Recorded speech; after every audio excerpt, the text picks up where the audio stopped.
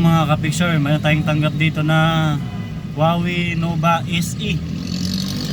Ano yung model niya is GLIN LX1. Yan mga ka-picture.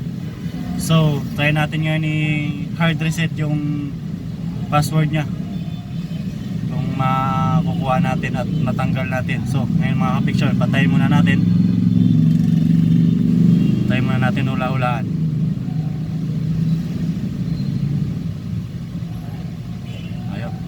Correct pattern after 2 more fill, then your device will be locked for 30 seconds. So patayin natin mga ka-picture, patayin natin i-hard reset. Yan.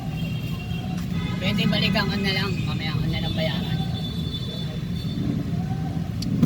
Yan mga ka-picture, try nyo lang itap yung power and volume up sabay.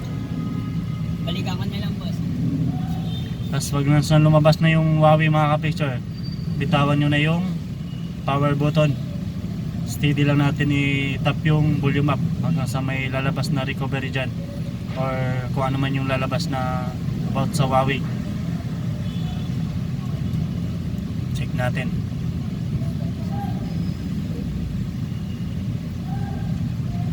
Ayan mga ka-picture, may lumabas. Yan. So ang gagawin natin is i-clear data natin mga ka-picture. Gamitin natin yung volume down para ma-select natin yung mapababa natin. Then yung select is yung power button. Yan.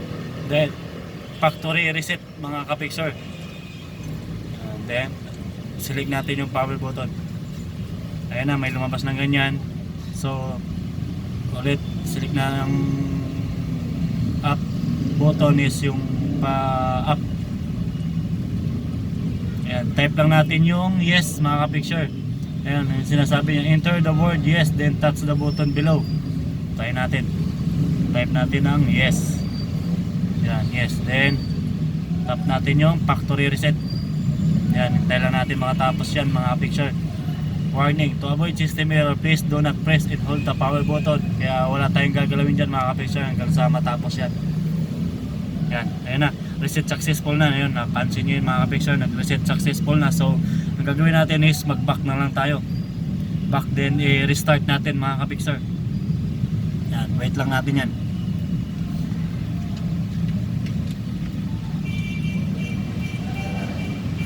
Hintayin lang natin maglabas yung pinaka setup nya para ma-setup natin sa next.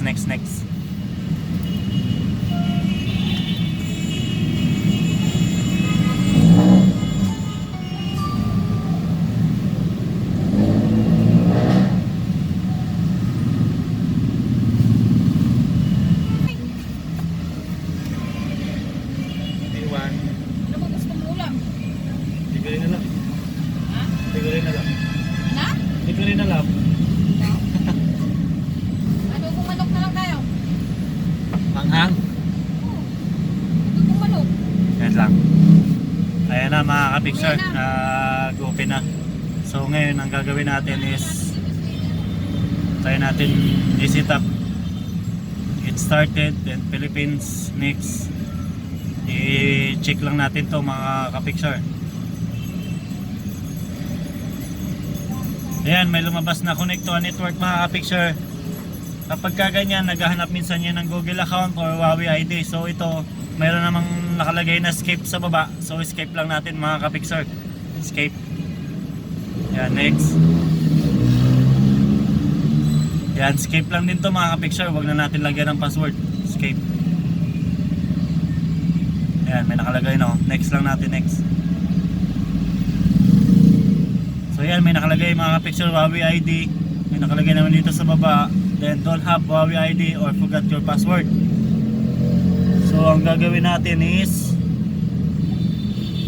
wala tayong Huawei ID, wala rin namang escape. Ayan, yun lang yung pindutin natin siguro. Maybe later, yan. Yun ang pindutin natin mga ka-picture. Balik natin. Ito yung pipindutin natin mga ka-picture pag wala tayong Huawei ID. Yan. Tap lang natin yan. Then, pwede natin lagyan ng maybe later. Yan. Baka magne-next na yan. O, leave or stay. Leave. Ayan na, later na lang mga kapicture. Yan, sundan nyo lang to mga kapicture. Next, no thanks tayo mga kapicture. Then later, later again, later ulit, then enable to continue mga kapicture para magtuloy-tuloy na tayo.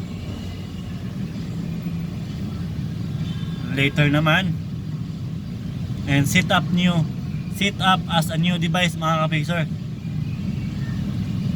Try to gesture, pindutin natin yan kasi walang ibang option mga kapicture. O ayan na mga kapicture, mukhang magpapasok na tayo sa home. Tapos pagka ganyan may lumabas is X lang natin yan, then finish tayo mga kapicture.